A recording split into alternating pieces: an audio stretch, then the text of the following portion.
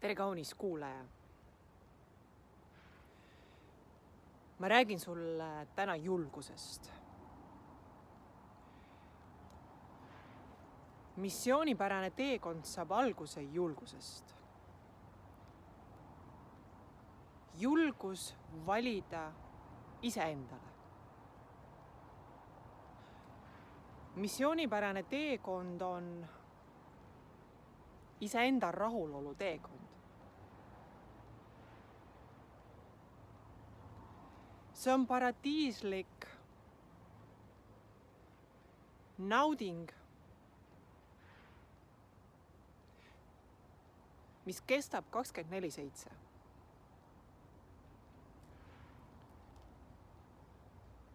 Tee peal on raskused, tee peal on takistused, aga õhtul voodisse minnes rahulolu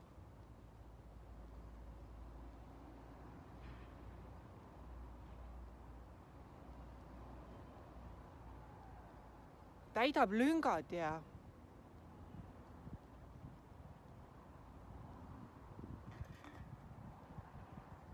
annab julguse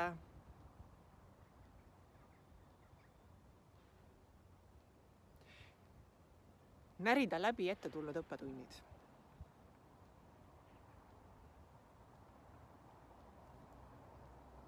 Julgusele eelneb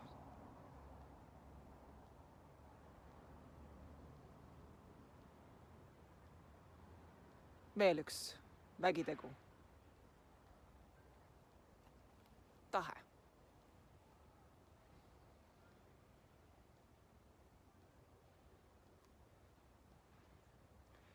Julguse teekonnale minekuks on vaja tahet.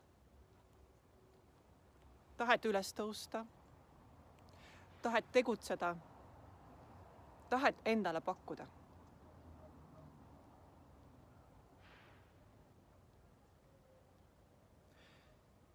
Kui on olemas juba tahet, siis on olemas pool võitu. Kui tekib julgus, on kõik teed läbitavad ja mäed ületatavad.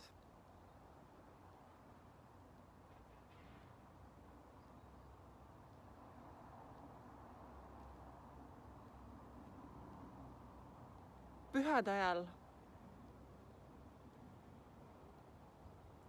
me istume kaetud laua taha.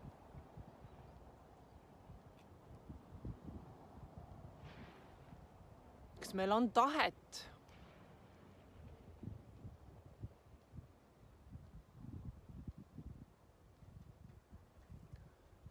valida laud ja lauale asetatust see,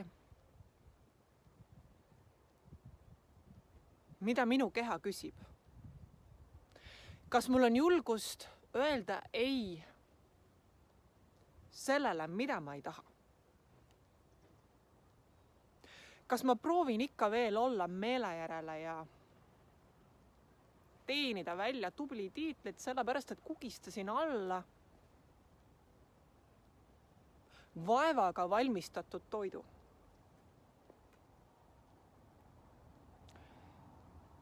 Kriitika ja hukkamõist leiavad üles meele järele püüdluseta. Nad tulevad alati, kui nad tahavad tulla ja ükskõik kui palju proovida perekonnale, suguvõsale, lähedastele, töökaaslastele, ühisväljale olla meele järele. Kukub see raskesti kooshoitud kaardimaja varem või hiljem kokku.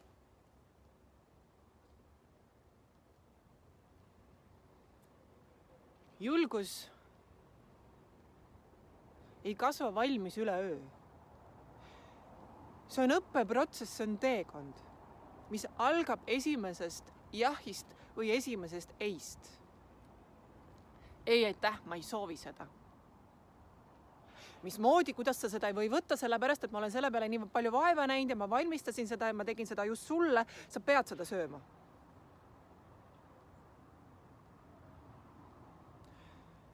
Kas meil on vaja seletada ja õigustada oma valikuid? Ei ole. Me võime, kui me tahame. Inimese hüsteeria kuulub talle. Seda vaigistada, seda paitada, seda tühistada, seda siluda. Sellel pole mingit mõtet, las inimene karjub, kui ta tahab karjuda. Tal hakkab pärast kergem. Kas üldse keegi palus tal toppida jõululauale vaeva? Jõulud peaksid olema aeg, kus meil on mõnus olla, kus me naudime perekeskis olemist, hõdusat ruumi ja meeleolukat tunnet. Miks toppida jõululauale söögi sisse vaev? Miks valmistada toitu vaevaga? Kas see ajastu mitte ümber ei saanud? Pisikestest asjadest kasvab teadlikkus ja kui me oskame märgata sellised väiksed detaile, siis me oskame seadistada oma kurssi ja tasapisi eristada sõkaldest terad. Valida selle, mida ma vajan. Jah, teel tuleb komistamisi, eksimisi ja kukkumisi, see on aktsepteeritav, sest kuidas muidu teada, mis mulle sobib ja ei sobi, kui ma jätan proovimata. Kui ma olen kugistanud ennast kurguni täis vaevarikast toidust ja mul pärast on halb olla, ma vaevlen toidu ja joogi pohmeluses, siis järgmisel korral ma tean, mida valida. Ei, aitäh, ma valin armastusega valmistatud toidu, ma valin selle. Võib-olla ma toon üldse kaasa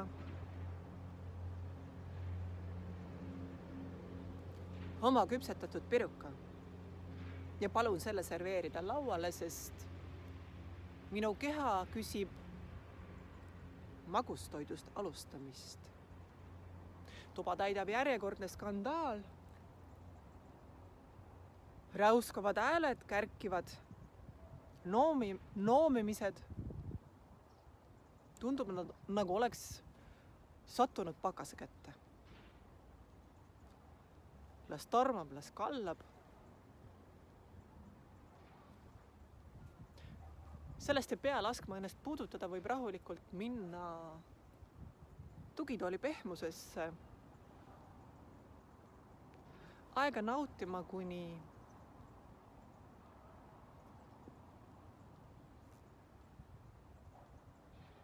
vihast ülekeejad lõpetavad katarsise.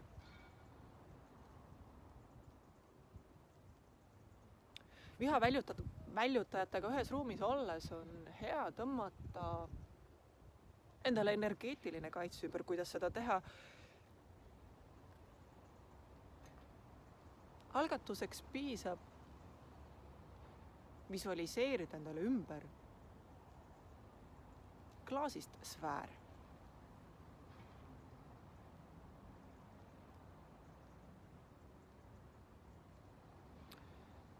Jah, loomulikult me tõmbame ligi kärkivaid ja karjuvaid inimesi, kui me ise kuskil samamoodi toimime. Või teistpidi me oleme olnud liiga vaiksed.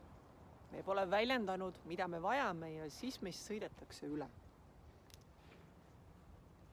Kuid selles klaasasfääris olles on kergem õppida. Süütundeta vaadata, kuidas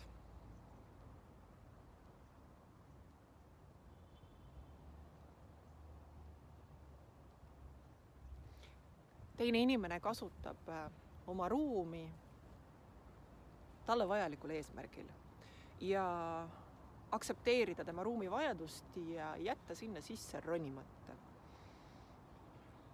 Pühad on suurepärane aeg alustada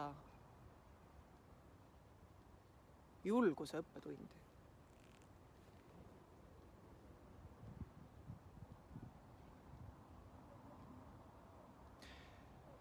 Pühad annavad väga palju võimalusi,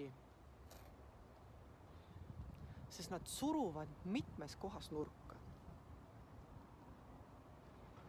Kui me oleme liiga nurka surutud, siis me hakkame pühasid vihkama, nende eest ära põgenema ja ütlema, et jõulud on nõmedad. Kuid mida on nõmedat? Meelepäraste inimeste kokkutulemises, sest just seda jõulud tähendavad, tulevad kokku need inimesed, kellel on teineteise seltsis mõnus olla. Kui sinu pühad on sellest kirjeldusest erinevad, siis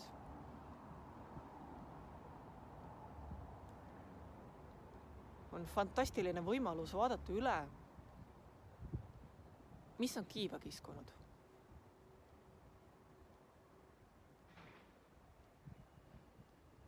Ja leida üles tahe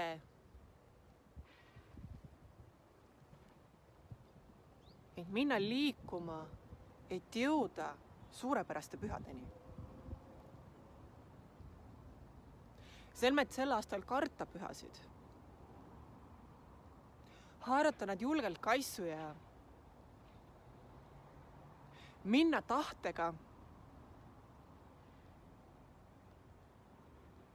leidma endas seda jahi või eid. Ei, aitäh, ma ei soovi. Jah, ma valin selle.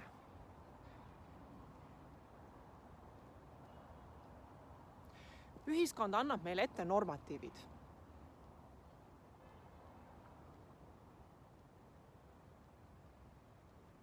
Põlvest põlve on käinud kaasas uskumus,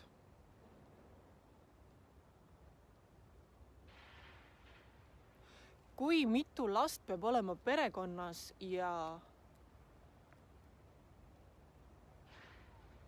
naise väärtuslikkus sõltub sünnitatud laste arvust. See on järjekordne koht, kus ütelda jah või ei. Ei, aitäh, ma valin teisiti. Suures pildis on ühiskonna hukkamõist illusioon.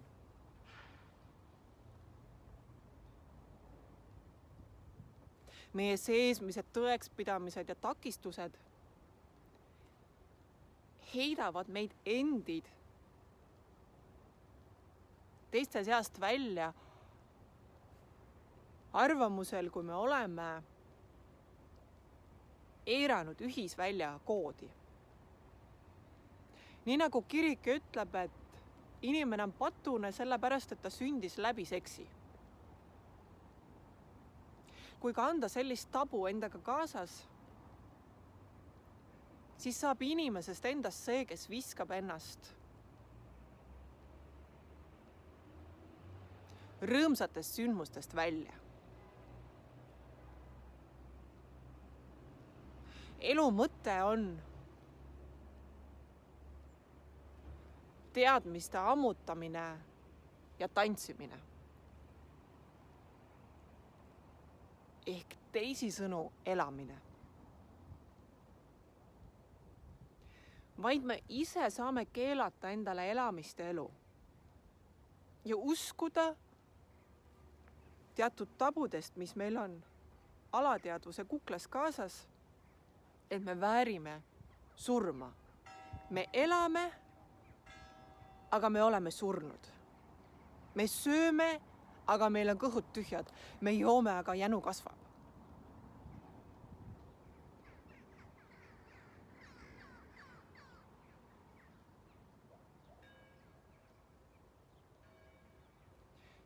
Me astume välja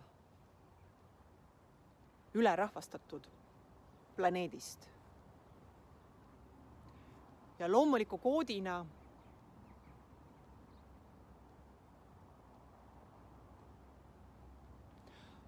hakkavad naised vähem sünnitama.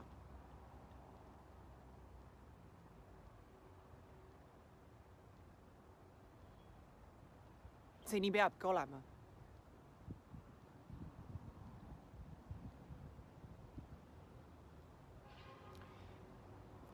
Naistel on aeg tulla välja koduseinte vahelt.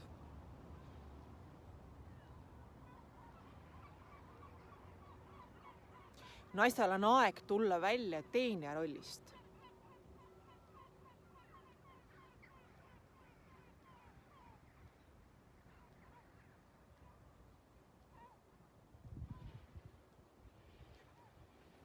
Ja kui on olemas perekond ja lapsed, siis hoolitseda nende eest väärikusega. Ja lasta lahti teenijaslik rügamine.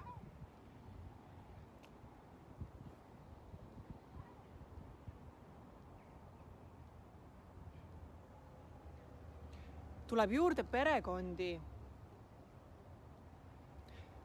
kes ise ei saa viljastada last. Pannakse sünniteed lukku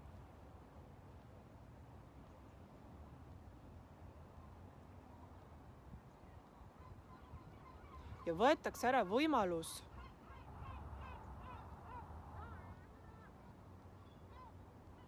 oma üsa kaudu tuua maailma uus hing.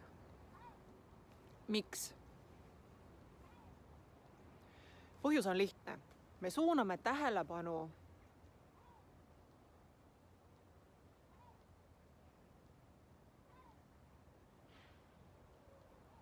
vanalt ühisvälja mustrilt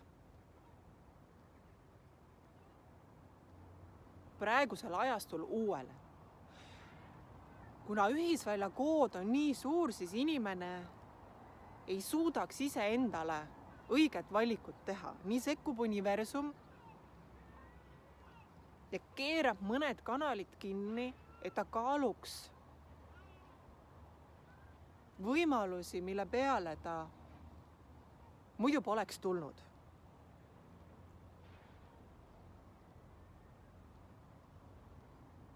On täiesti aktsepteeritav, kui uue ajastu perekond ja naine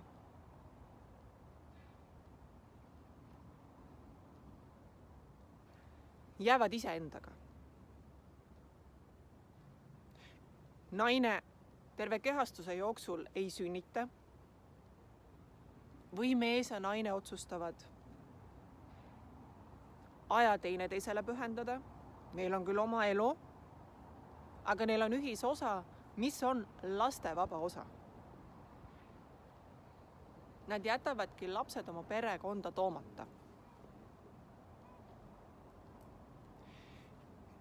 Sellised inimesed ei ole vähem tähtsad ühiskonnas ja puudub igasugune õigus neid hukka mõista.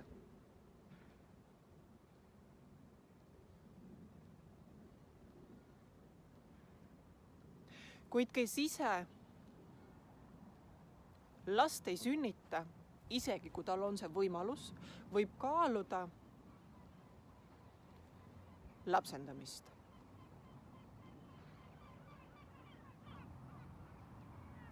Me tõstame ühisvälja üles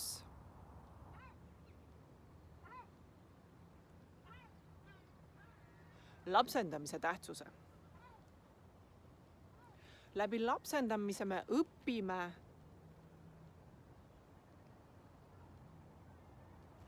toetama naabrit. Kui vana kood nägi ette, kui naabril on rohkem, siis mul on vaja pingutada veri ninast välja, et mul oleks temast rohkem.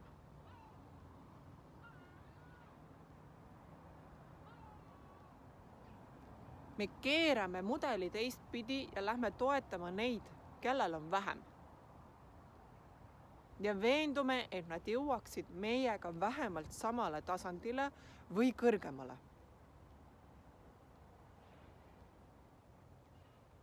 Kui me soovime oma perekonda või enda koju kutsuda lapse, kelle eest hoolitseda, siis me avame oma koduukse lapsele, kes on juba maailma sündinud.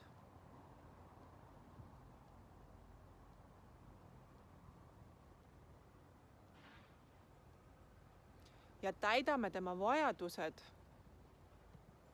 mida tema bioloogilised vanemad ei suuda talle ise pakkuda.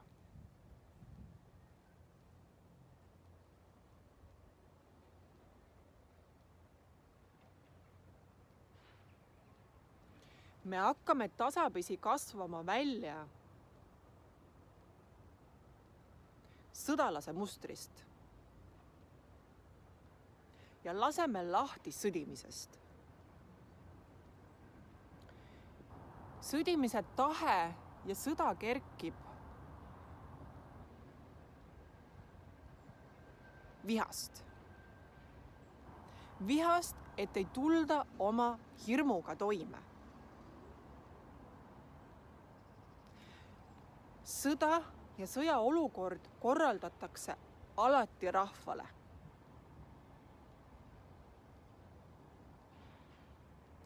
Ülemised jõud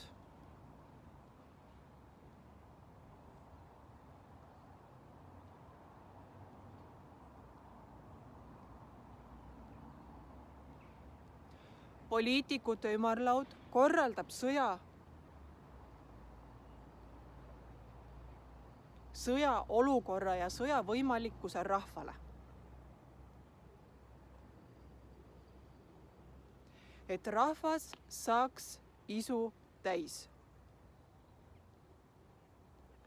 Sinnamaani, kui rahvas haarab kinni sõjast, sõdimisest, pakutakse sõjavormi. Kui rahvas õpib ütlema sõjale ja sõdimisele ei, väheneb sõda, kuni ta kaob päris ära.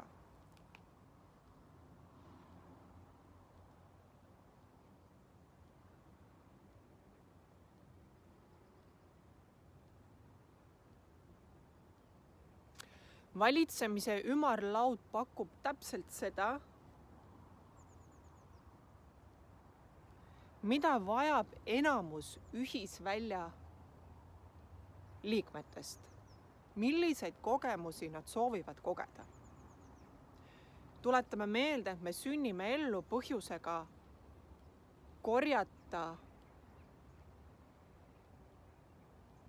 kogemuste korv täis.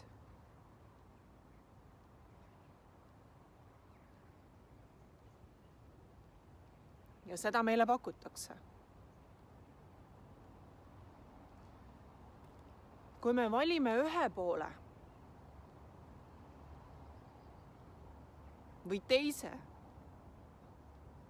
ja me mõistame hukka ühe poole või teise, siis me tegutseme sõjajalal. Sõja lõpetamiseks on vaja keerata pilk ühelt poolelt ja teiselt poolelt iseendale.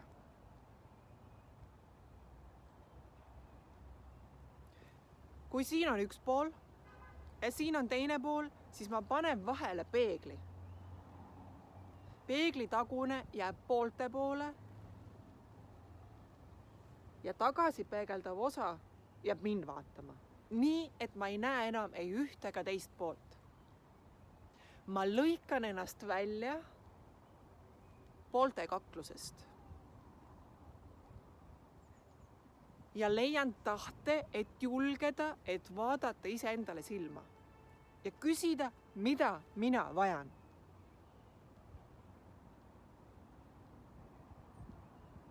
Nüüd leida tahe ja julgus minna endale pakkuma seda, mida mina tahan,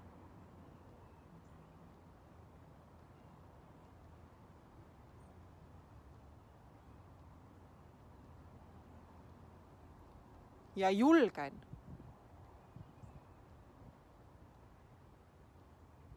kooskõlas oma kõrgema minaga ellu viia. kooskõlas oma kõrgema minaga olemine tähendab käituda ja toimida vastavalt enne sündi eluloo raamatusse üles kirjutatule.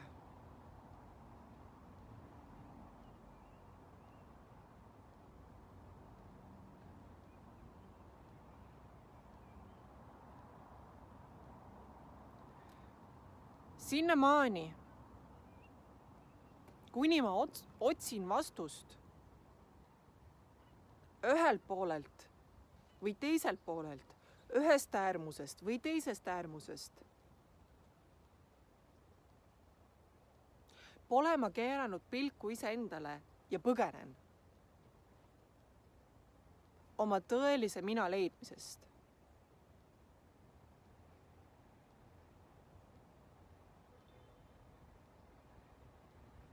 Me räägime Jumalast. Jumal on see tõeline mina, kes teab, mida ta vajab. Ja tal on olemas tahe ja julgus oma vajaduste ellutõstmiseks. Ehk vastused saab ta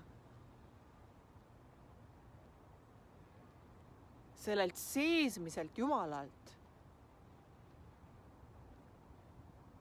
mis ütleb talle, mis on õige ja mis on vale, millele öelda jah ja millele öelda ei.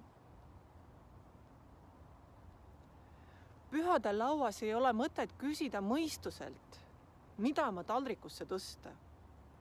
Mõistus ei vaja toitu. Keha vajab toitu.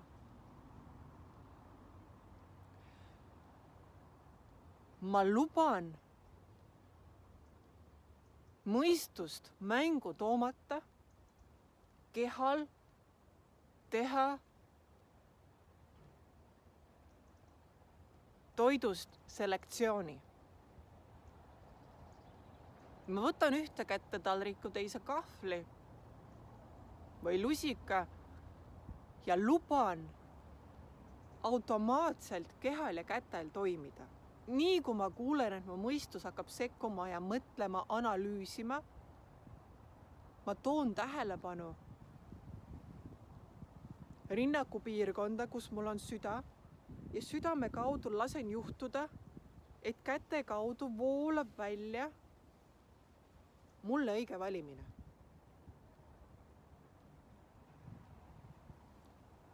Selle piirkonnaga valin. Sest toitu, kui me sööme, me paneme toidu suhu, toit ei lähe mõistusesse. Sellel pole mitte mingit vajadust. Me seedime toidu seedekulglasse ja läheb kõhtu. Keha vajab maist toitu. Kui me toidame mõistust, siis jääb meie keha nälga. Ja kui meie keha jääb nälga, siis meil pole jõudu endale olulist pakkuda.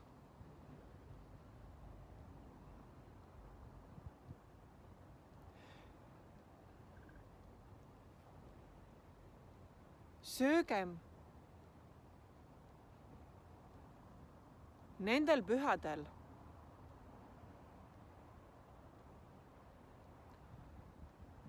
oma kehale.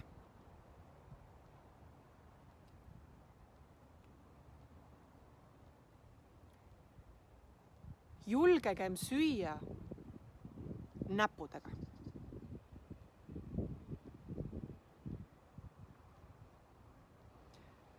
Isegi etikett lubab teatud toiduainete puhul panna näpud taldrikusse. Kuid ületagem need piirid sellel korral. Miks? Sest ainus viis, kuidas toit imendub kehasse, on kas läbi näppude või läbi silmade. Teine viis on hoida silmad toidul, mida me sööme.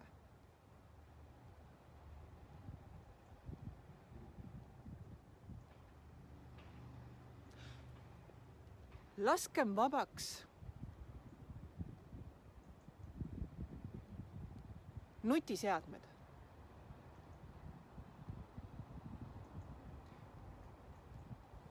Sealhulgas teleekraan. Kui te istute seltskonnaga lauda. Kui vaikus on veel väga hirmutav, pange taustaks muusika. Pildivaba muusika. Kõlaritest kostuv muusika. Aga veenduge, et kõik ekraanid on lukus või ära korjatud, korjake üldse võib-olla telefonid kokku saamisel kokku.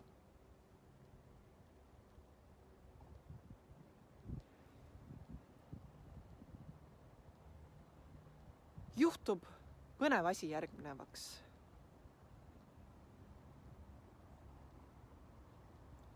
Esmalt on õhus tajuda kohmetust. Kui söömine kuulutatakse avatuks, siis on piinlik vaikus. Kõik proovivad süüa kiirelt, nosides nina taldrikus. Inimestel on piinlik. Nad ei tea, mida teha ja kuidas olla.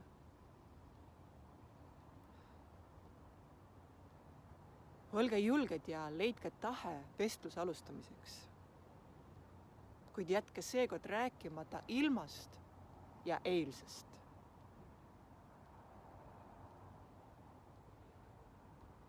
Kõik teemad, mis sisaldavad eilset ja ilma, suunake need kõrvale.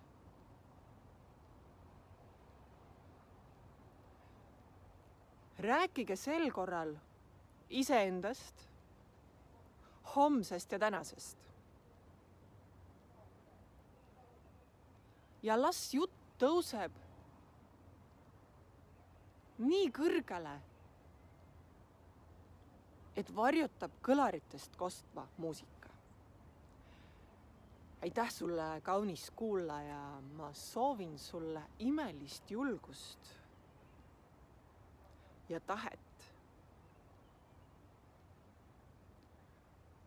kuulda oma tõelist ei, kus on tema koht, ja oma tõelist jah, kuhu ta kuulub. Ole hoitud.